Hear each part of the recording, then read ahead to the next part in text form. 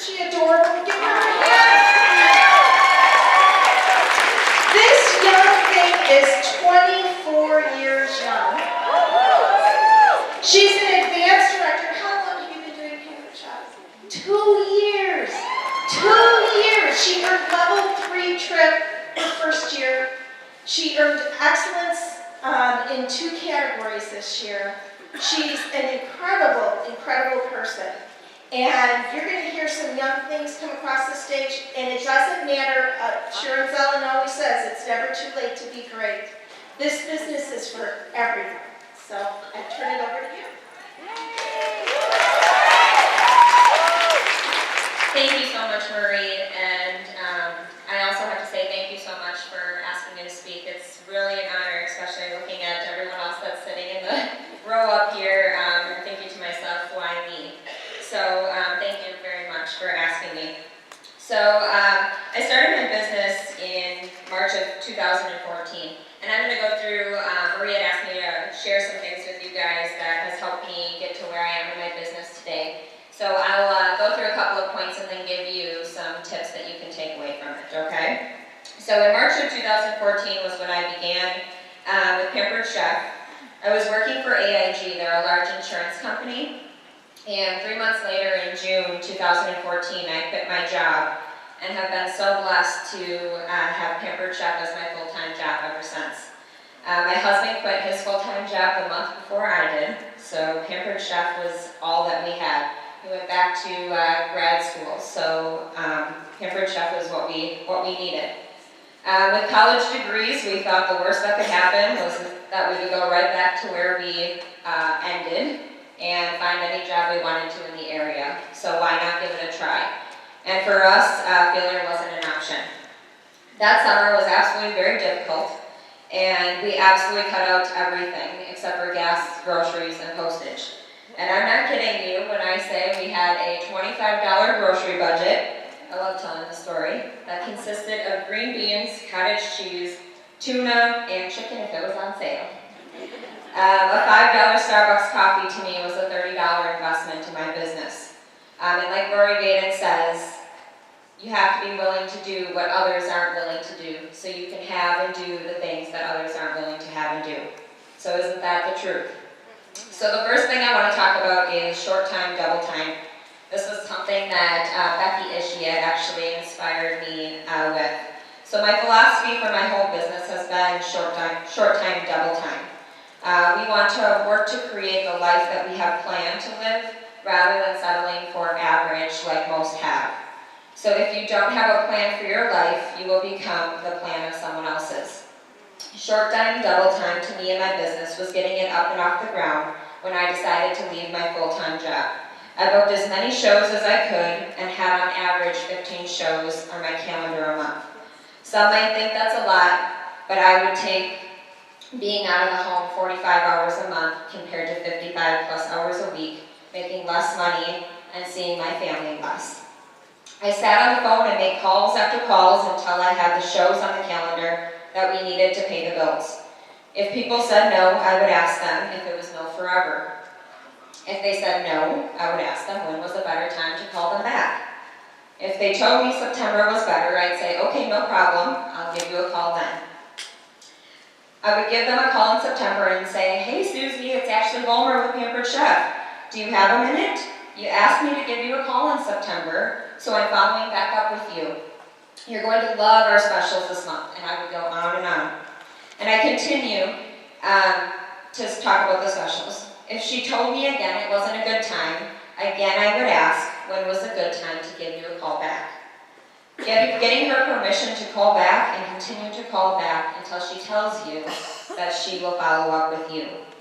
It's a whole lot easier picking up the phone knowing that they asked you to call them versus a shot in the dark calling them back when you desperately need the bookings. Then it's about you, not about them. Remember this, you are not defeated until your fears and doubts take over your dreams. What is it deep down that you want to have and want to be? Dream big, because you are the only person that's holding yourself back. I believe that God's gift to us is our potential, and our gift back to Him is what we do with it.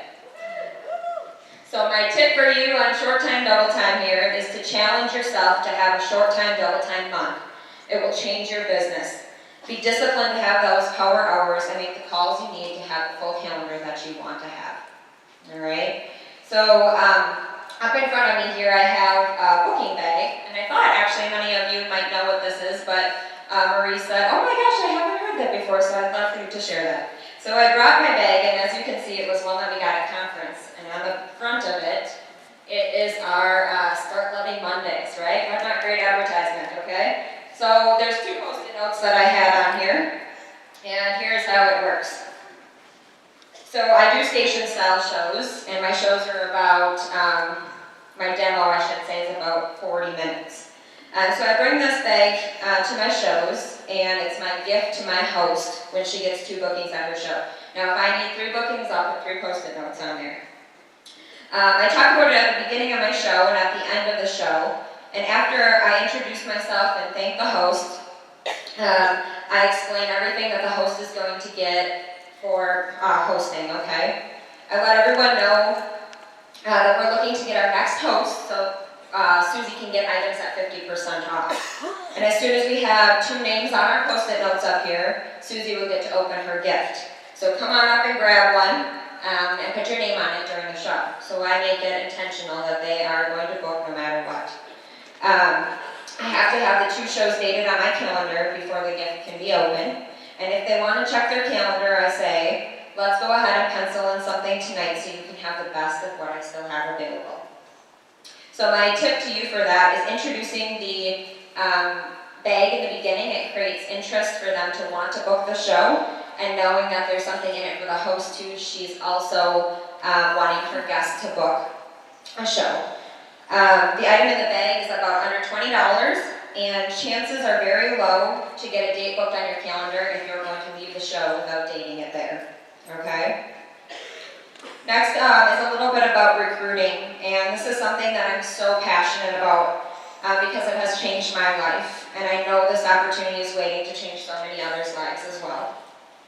As my family was at home together after we quit our jobs, and others were working their 8 to 5 jobs in their cubicles or at a corporate company, I so badly wanted what we had for others to have the same thing, because to me, life is way too short. I have the opportunity to volunteer in my daughter's kindergarten classroom.